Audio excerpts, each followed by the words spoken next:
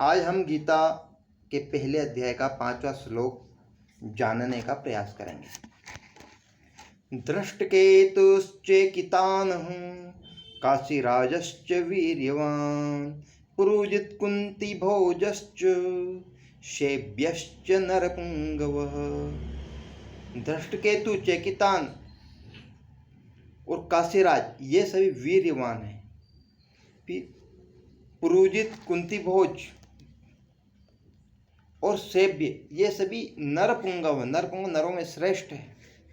अर्थात दुर्योधन जो पांडव सेना के महारथियों को गिना रहा है, वो कह रहा है दृष्टकेतु, चेकितान व काशीराज ये सभी पराक्रमी हैं, वीर्यवान है।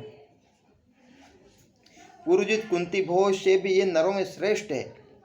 अब हम छोटे छोटे पदों के द्वारा इसके अर्थ को समझने का प्रयास करें कि आखिर किन किन के नाम लिए गए हैं। यहाँ पर नाम लिए गए धृष्टकेतु और चेकितान प्रथम चतुर्थांश में। तो धृष्टकेतु कौन है? तो धृष्टकेतु शिशुपाल के पुत्र हैं।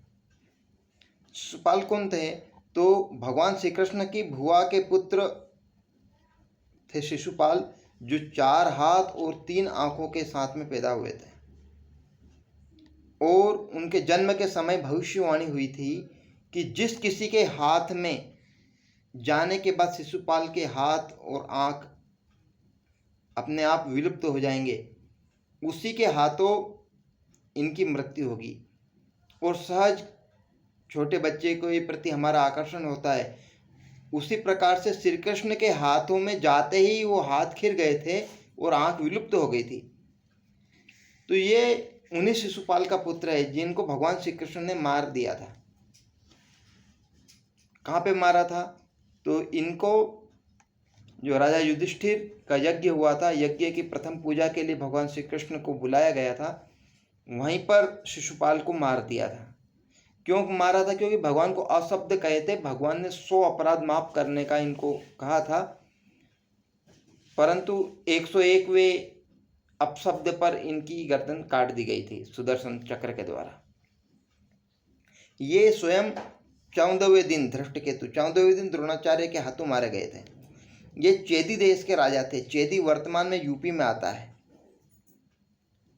और इन्होंने वृहद्वाहन नाम के एक महारथी और बहुत सारे महारथियों को इन्होंने जो अन्य योद्धाओं को मारा था महाभारत युद्ध में, परंतु वृहद्वाहन को इन्होंने विशेष रूप से मार दिया था। तो इनकी कहानी इस प्रकार है कि जो धृष्टकेतु है, वो धृष्टकेतु के बारे में दुर्योधन कहने का प्रयास कर रहा है कि देखो इस धृष्टकेतु को देखो, इसके पिता को मार दिया भगवान ने, श्री कृष्ण ने मार दिया, तो भी उनके पक्ष में खड़ा है। तो क्या इतिहास में ऐसे पूर्व में भी ऐसे नाम आए हैं क्या, जो कि जिनके पिता को उन्होंने दुश्मन सेना ने मार दिया और उनका ही साथ दिया? हाँ, ऐसे नाम आते हैं। पहला नाम आता है बाली पुत्र का, बाली पुत्र अंगद। बाली जब मृत्युशैया पर था तब उसने अंगद का हाथ भगवान श्री राम के हाथ में दिया था। बोले प्रभु इसका ध्यान रखना, और अंगद को कहा था बोले सदैव इनकी सेवा करते रहना। यही शिशुपाल के साथ भी हुआ था। शिशुपाल ने भी मरते समय धृष्टकेतु को बुलाया था और बोला था मैं गलत हूँ, परंतु तुम हमेशा धर्म के साथ भगवान के साथ में रहना। तो ये वही धृष्टकेतु है, ये महारथी है धृष्टकेतु।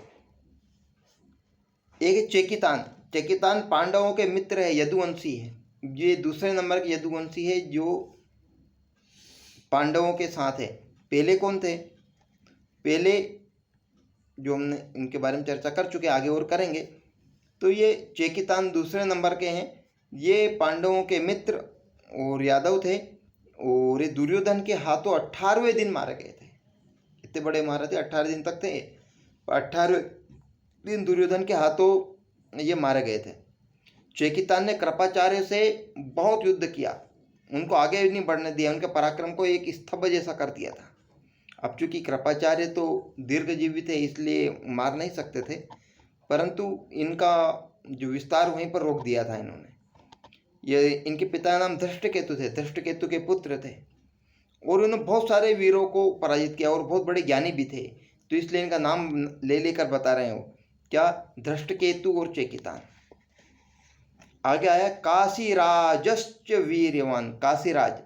काशीराज की घटना सतयुग, द्वापर, त्रेता और कलयुग हर समय इस काशीराज के जो पूर्वज पूर्वोत्तर आते गए उनकी घटनाएं, उन चरित्र हमको सुनने मिलते हैं। पूर्व काल में राजा नल भी काशी नरेश के यहीं पर आकर रुके थे। पूर्व काल से ही इनके घोड़े और गाय बहुत हष्ट-पुष्ट हुआ करती थी। अंबिका और अंबालिका, इन तीनों को हर करके लाए थे भीष्म पितामह, किनके लिए? विचित्र वीर्य के विवाह के लिए।